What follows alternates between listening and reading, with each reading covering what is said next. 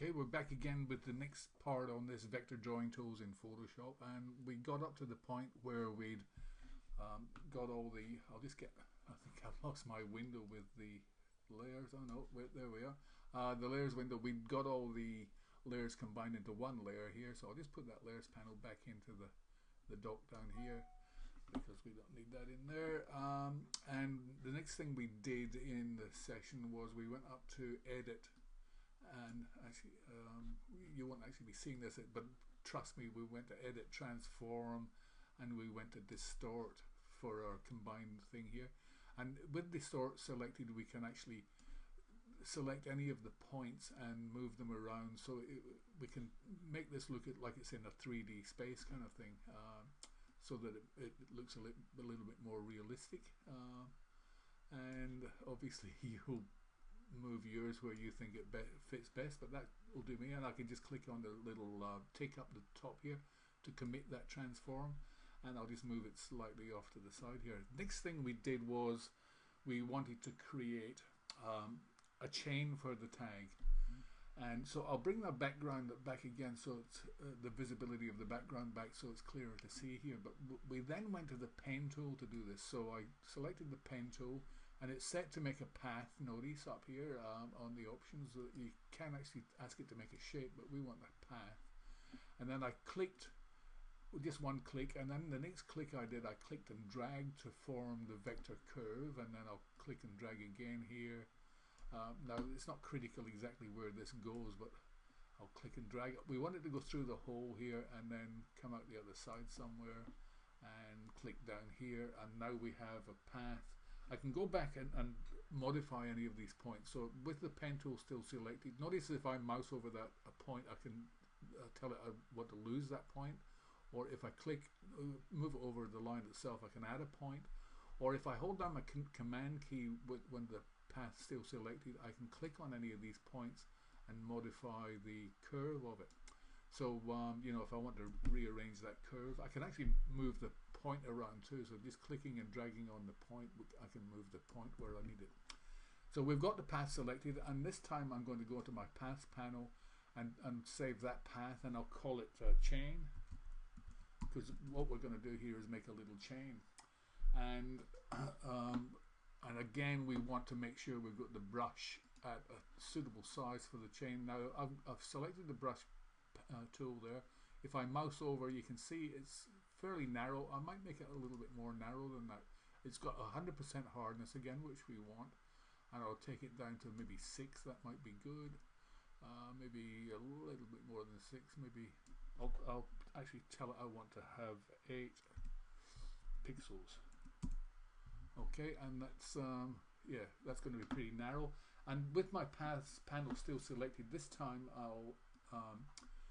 I've got the chain path selected, and I want to stroke it again with the brush. So if I mouse over this, it says stroke with brush, and you can see there now we have that created.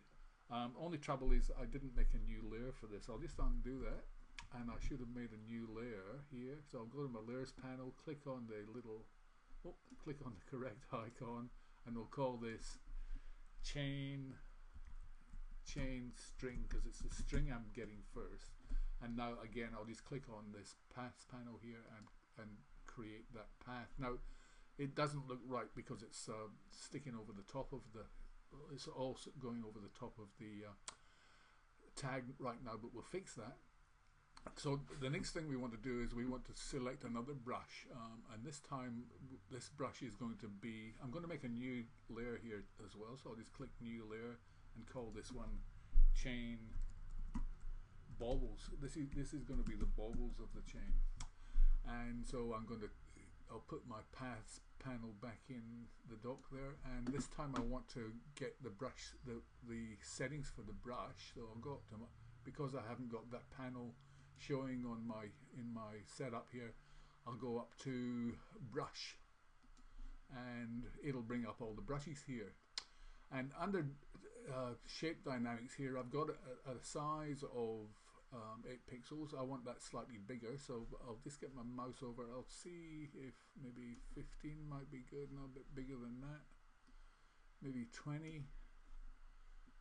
Yeah, that should be pretty good. And it's still, now I want to change the spacing on this, so I want the spacing to kind of flow out to make bobbles. And I'll just change the shape dynamics here. I'll switch the shape dynamics off. I don't want any shape dynamics. So, and this time when I click on my paths panel and click on, I've got the new layer selected, so it's going to create the bobbles in a new layer, and I'll just click on that little icon again, and there we are. If I go back to my paths panel and just click out of that, you can see that both of those layers are quite apparent, and without the path passing through. With that path still selected, you can see the line going through, but if I click on that, it loses that. Now again, we want some three-dimensional stuff to this, so I'll go up to my layer style again and ask for that bevel and emboss again, and you can see that that's making it look maybe more realistic now. With that bevel and emboss, I can change the angle on this to different angles, and I can change it to being up or down, or which looks a bit weird there. I can change the smoothness of it. So a whole lot of choices of changing things there. Anyway, I'm going to leave it like that at this point, and then with my layers panel selected, I'm going to merge that down, so I've got one. Oh, I'll bring that layer panel up just so we can see what's going on there. So if I go merge down on my contextual menu, it'll make one layer for the chain. And now to create, to make this look more realistic, I'll create a mask on the chain string, but I want the mask made out of the combined tag. So if I hold down my control key on the PC or with the command on the Mac and click on the icon for the combined tag, it makes a selection there, and with the chain string still selected, I need to make I need to reverse this selection. So I need to go up to select inverse, or command shift I on the PC, or on the Mac, or control shift I on the PC, and I'll just click on my mask icon here, and you can see that that wipes everything out there. And so with the mask still selected, I'll just click on turn the colors around, so I want my foreground color to be white, and with the brush selected here, I'll make the brush a little bit bigger, and I'll just paint over that little bit there, and it looks more realistic now. The final thing we did was on the background layer, I showed how we can do gradient. So I used the gradient tool, which is typing the letter G will get it, or clicking on that icon there. Clicking on the gradient up top there, I can choose different kinds of gradients. Now the one I think I selected was this one, and you can change the way this gradient works by sliding these things around. I can click in here and select another color for this, so I can go to my color panels. I've got my swatches up here. I'll just bring the swatches up, and if I click on this and then click on one of these swatches, it'll give me another color in there. Again, I can hold down my Alt key or my Option key and do another version of that color. So and then once I've done that, I just click and drag to create the gradient. Now it'll put that gradient wherever in the angle I put it in. If I use click on this little icon there, it will do a circular gradient. If I click on this one, it will do another type of gradient.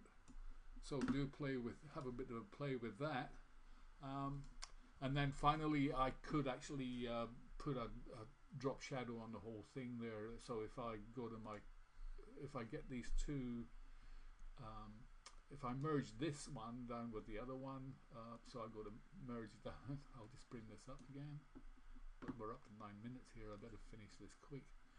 So I'll go merge down, and then go up to my layer styles and choose a drop shadow. And then you can see the whole thing starts to come together.